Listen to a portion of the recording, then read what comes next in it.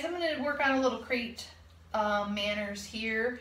Oftentimes we focus on crate training, and when we think about that, we think about how the dog is acting in the cage. And so I just want to make a note here that crate training is not just how the dog is while they're in the cage, but it's the way that they are inside the cage is actually shaped by how they enter the cage and how they enter the cage and how they exit the cage.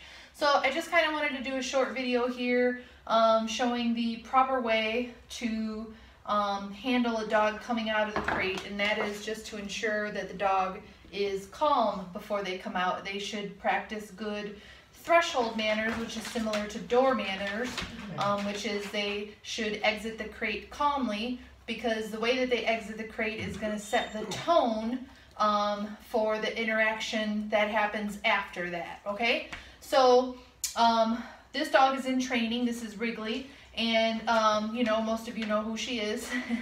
And what I want to do here is, you know, I want to get her in and out of the crate using a leash, because you know, if I don't have a leash, then what can happen is the dog can barge out of the crate and run off before I can stop her, and then ask her to repeat the command because she didn't do what I asked, which was to come out calmly, and a bunch of other things that can go wrong.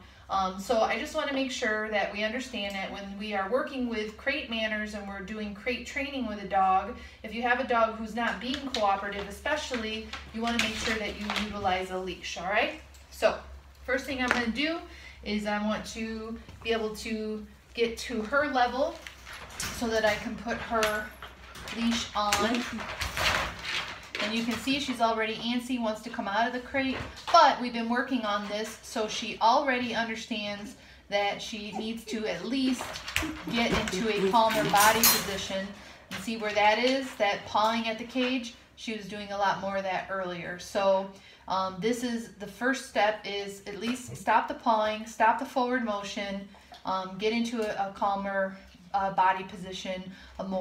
This position indicates more acceptance to me from the dog. So right now she's doing good obedience.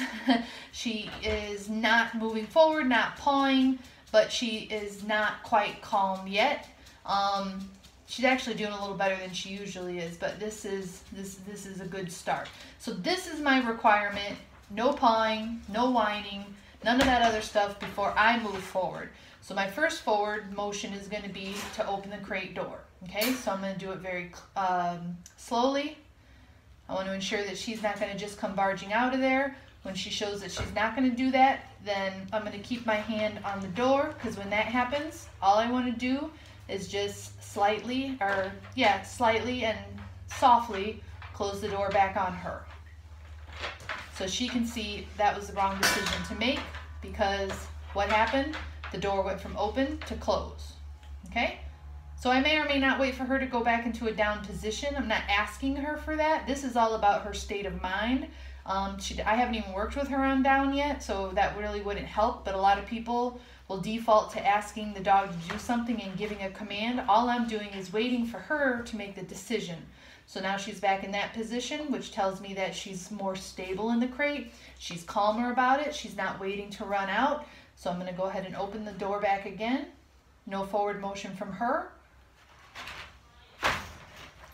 That's good. She stopped herself right there, so I'm going to reward that by moving forward with my attaching of the leash.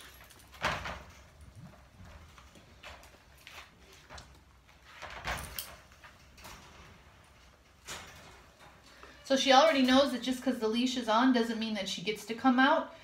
We already worked through that, but you might have a dog that if you reach in there to put the leash on, then what's going to happen is they're going to move forward. So you want to make sure that if you do move in and the dog moves forward, that you close the door back. Okay, so now I have the leash on. She's doing good. She's getting a little whiny, and I don't know if you can see it in the video, her tail is moving a little bit in the back. So I'm going to move the video.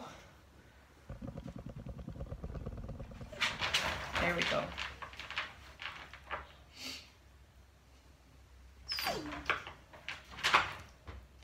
So this is a really good example. A lot of people will tell me a wagging tail means happy. A wagging tail to me just indicates excitement, and you can tell that she's not happy because she's giving me a little bit of whining because she wants to come out of the crate and I'm not letting her. And all that is, that tail wagging right now, not now because she quit it, but earlier, is excitement. So as long as that tail's wagging, I'm not letting her out. So she's getting calmer now. She doesn't look super pouncy, so I'm just going to test and see where she's at. So when I open the door, that tail goes again. I'm not letting her out until that stops. I want the dog to be as calm as possible.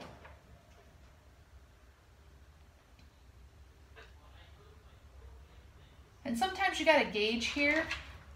There you go. So that's better. She shifted back and she shifted into a more relaxed position. So that is a good sign. That's something I'm looking for too. But what I was going to say is sometimes you have to gauge here.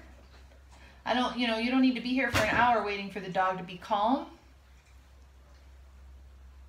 You just want to see how far you can get. So when she's shifting into these more relaxed positions instead of that pouncing down position, she moved and she rolled over on the side of her hips, which indicates more relaxation. So that to me is a sign that she's calmer about it. So if she's calmer about it, then I can reward that. But if she's just sitting there in a pouncing position, even if she isn't whining and her tail is wagging, that's not a good place for her to be. But right here, this is good. She's more relaxed. Her body's shifted to the side. She got a little bit of panting, but that's okay. I don't mind that. I would like her to be just slightly calmer mentally here. But, it's only been 4 days, and we went from demanding to be let out by pawing, and whining and biting at the cage to this. So this is where we are now. Okay, so now the next step for me is going to be, can I stand up with the dog not coming out of the crate? Now if she goes to go forward, then I'm going to close the door again, but if not, then I'll just reach down. Well, I'm going to take the leash with me anyway, so right now will be a good test.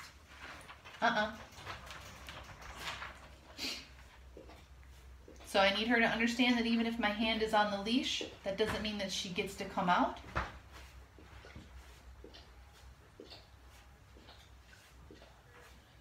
So a lot of this is just patience. I just want to throw that out there. It's just patience. It's just waiting a little while, and humans are always in such a hurry. That was not me. I don't know if you guys heard that. That's my farting pit bull over there. It wasn't me. Way to ruin my video, beastie.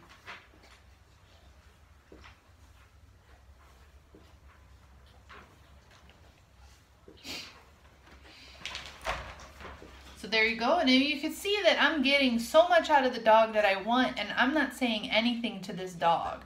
It's a lot of patience and waiting and energy, and that really is a lot of times 80% of the training that we do during board and train or with any other dog that we're working with is just being patient and waiting for the dog to make the right decision. All right, so that's good. So I'm going to go back to open door. Now when I get the leash in my hand, and I was going to say that earlier, but I had to go to closing the door, is I want to make sure that I'm not putting any pressure on this leash. So if I put pressure on the leash and I'm pulling, even the slightest little bit, dogs can be very sensitive to pressure. So the slightest little bit of pressure of me putting the slightest little bit of pressure on the leash can cause the dog to come forward. So I want to make sure that I have a lot of slack in the leash, but not too much that if she did run past me or whatever, that she wouldn't get too far. Just because I don't want me to be the reason why she went forward because I was holding the leash wrong. So as you can see, there's no pressure here. There's no miscommunication with leash pressure to the dog from me of what I want. Okay, so here we're going to go to the next step, which is that I'm going to go ahead and stand up, and if she moves forward, we're going to close the door again, okay?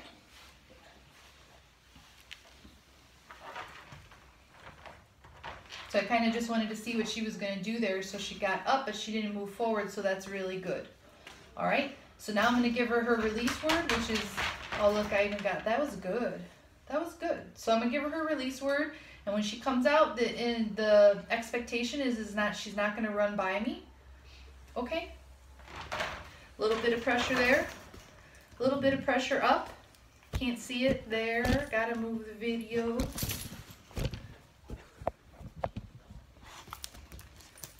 a little bit of pressure up to get her in the sit position. You don't want to sit in front of the camera, honey? I know, okay? And so she did really good. Good job. Okay. So now I can take her outside to go potty.